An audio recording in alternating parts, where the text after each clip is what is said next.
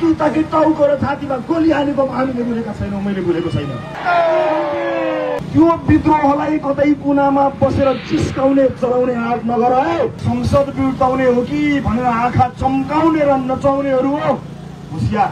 आज हेर्दा तिमीहरू छरिएको जस्तो देखियो चला। हामी एक ठाउँमा छुटाउँछौँ, तिमीहरूलाई एक ठाउँमा ल्याउँछौ, छरिनु पर्दैन, एक ठाउँमा ल्याउँछौ। नेपाली सेनाले जति गर्न पर्थ्यो जति गर्न सक्थ्यो त्यो गरेकै हो, जनता जोगाएकै हो। नेपाली सेनाप्रति उच्च सम्मान कायम गर्न चाहन्छु। नआउनु राजनीतिमा आइसकेपछि 5 मिनटमा को जान्छ?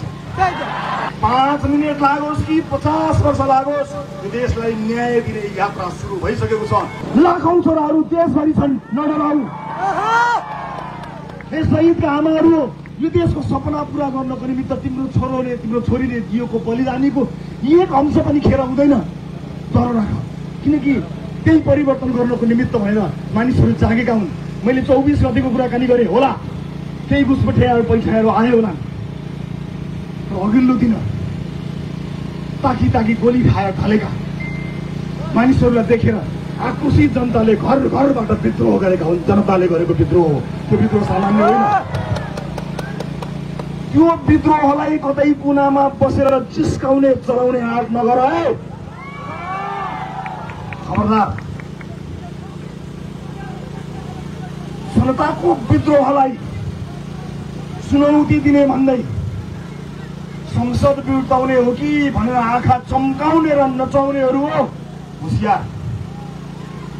शहीदको रगत अझै सुकेको छैन, शहीदकी आमाको आँसु अझै ओभानो भएको छैन। खबरदार, धेरै आँखा नचम्काउनु होला। आमा बुवा दाजुभाइ दिदीबहिनीहरू, अब सायद हाम्रो भेट निर्वाचनमा हुन्छ होला। यसभन्दा अगाडि पनि यहाँहरू हाम्रो समक्ष आउने म कोसिस गर्नेछु। त्यो बेलामा ज्यान गुमाउनेप्रति म हार्दिक श्रद्धाञ्जली अर्पण गर्न चाहन्छु। परिवारप्रति मेरो गहिरो संवेदना छ। घाइते साथीहरू हो, तिमीहरूको शरीरभित्र अहिले पनि गोलीका छर्राहरू छन् होला, चिन्ता नगर्नु।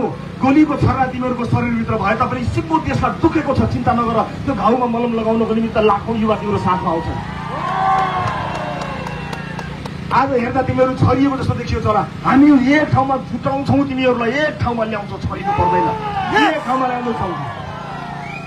जेएनजी अभियन्तादेखि नयाँ जति पनि साथीहरू हुनुहुन्छ सबैलाई एकै ठाउँमा ल्याउनको निमित्त राष्ट्रपाले पहल गर्नेछ। तपाईँको रवि लामिछानेले पहल गर्छ, चिन्ता नगर्नु।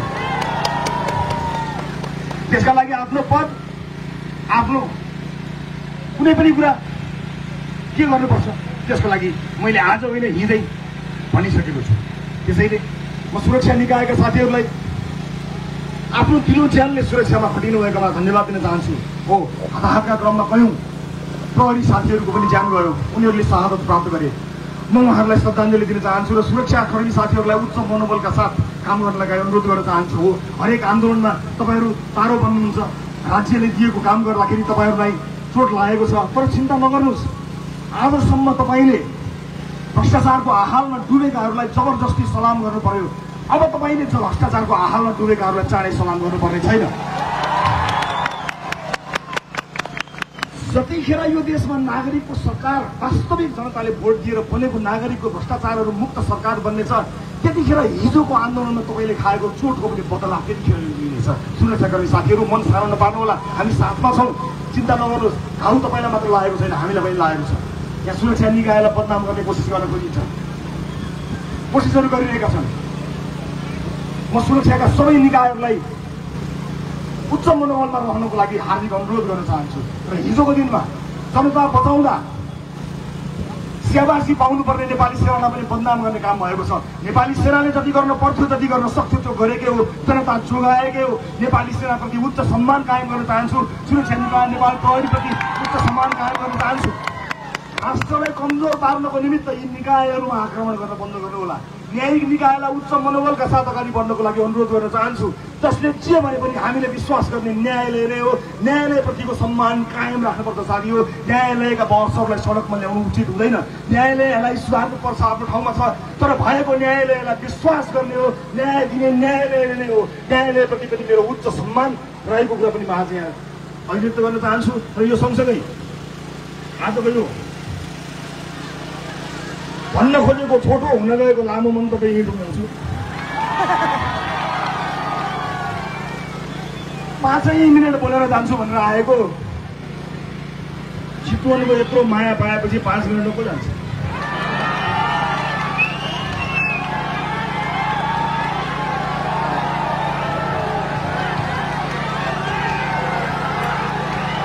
अब